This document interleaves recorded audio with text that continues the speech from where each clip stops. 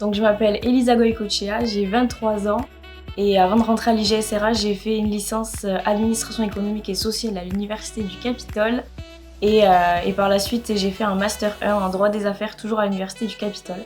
Donc avant de rentrer à l'IGS, j'avais un niveau Bac plus 4. Du coup, je m'appelle Alicia Audoui, j'ai 25 ans. J'ai fait un bac pro et une licence de psychologie et donc je suis entrée à l'IGSRH avec un niveau Bac plus 3. Donc bonjour, je m'appelle Camille Gonzalez, j'ai 21 ans. Avant de rentrer à l'IGSRH, j'étais en bachelor chargé d'administration des ressources humaines au sein du campus IGS Alternance. Et donc je suis rentrée en admission parallèle au sein de l'IGSRH directement en Bac plus 4. Alors ma recherche d'alternance, elle a été très compliquée dans un premier temps puisque je devais faire un stage en entreprise l'été dernier, mais avec le Covid, ça a été très compliqué de trouver une entreprise. Et du coup, le service qui est dédié aux recherches d'alternance de l'IGSRH m'a beaucoup aidée, notamment pour la rédaction de mon CV, le remettre à jour et essayer de le rendre attractif pour trouver mon alternance. J'ai eu la chance de trouver mon alternance grâce à des contacts des expériences précédentes que j'ai pu faire dans ma vie. Et j'ai eu la chance de signer par la suite un contrat de 2 ans pour entrer au sein du master de l'IGSRH. J'effectue mon alternance au sein du Leroy Merlin de Colomiers, donc acteur de la grande distribution secteur du bricolage. On est une entreprise qui a 240 collaborateurs. Je suis chargée des ressources humaines dans ce magasin et mon poste est assez polyvalent entre la gestion administrative, la paye, la formation, le recrutement et d'autres missions transverses. Grâce à la diversité de mes missions, j'ai pu travailler sur l'enjeu de la sécurité d'un point de vue RH, donc tout ce qui est accident de travail. Et on a eu la chance de battre un record de nombre de jours sans accident de travail. Et pour une alternante, c'est une grande fierté de savoir que l'ensemble des collaborateurs de notre magasin sont rentrés dans le même état dans lequel ils sont arrivés le matin. Donc c'est une de mes plus grandes fiertés en tant qu'alternante au sein du Leroy Merlin de Colomiers.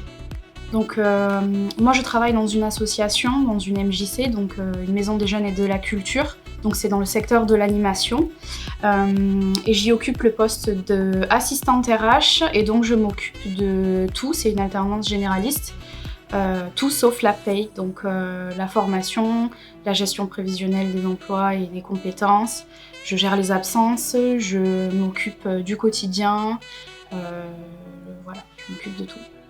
Et du coup, je m'occupe du recrutement, donc, puisque je gère tout. Et donc un jour, on reçoit un CV, donc c'est moi qui m'en occupe.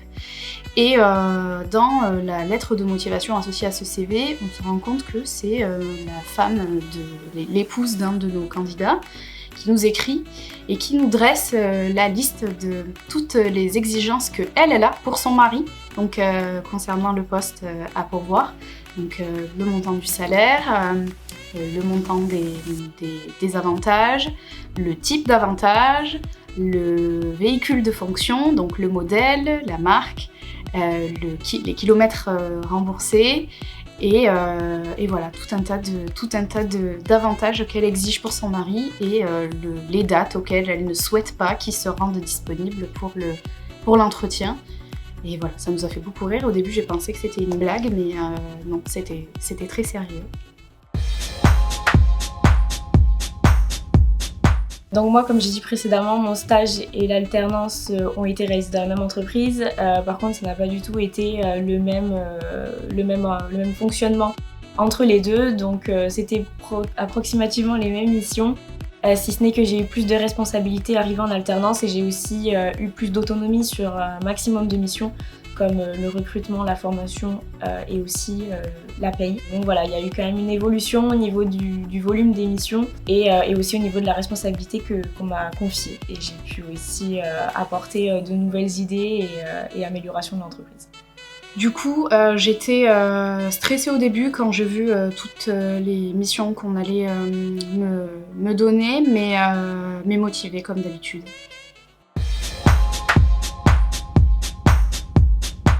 J'ai donc eu l'occasion de signer un contrat pour 2 ans au début de mon alternance. Du coup, j'ai la chance de poursuivre dans la même entreprise pour la 2e année de master. J'ai bien sûr envie de continuer chez eux pour cette 2e année, étant donné que on continue à apprendre et le domaine étant déjà acquis, on peut découvrir de nouvelles fonctions, de nouvelles choses et continuer à se développer grâce à cette alternance.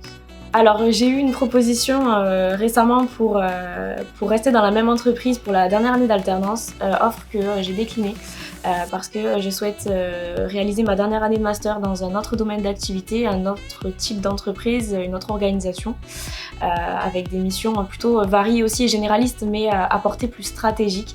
Donc voilà, je préfère moi continuer la dernière année dans notre entreprise, notre domaine d'activité pour pouvoir continuer à évoluer.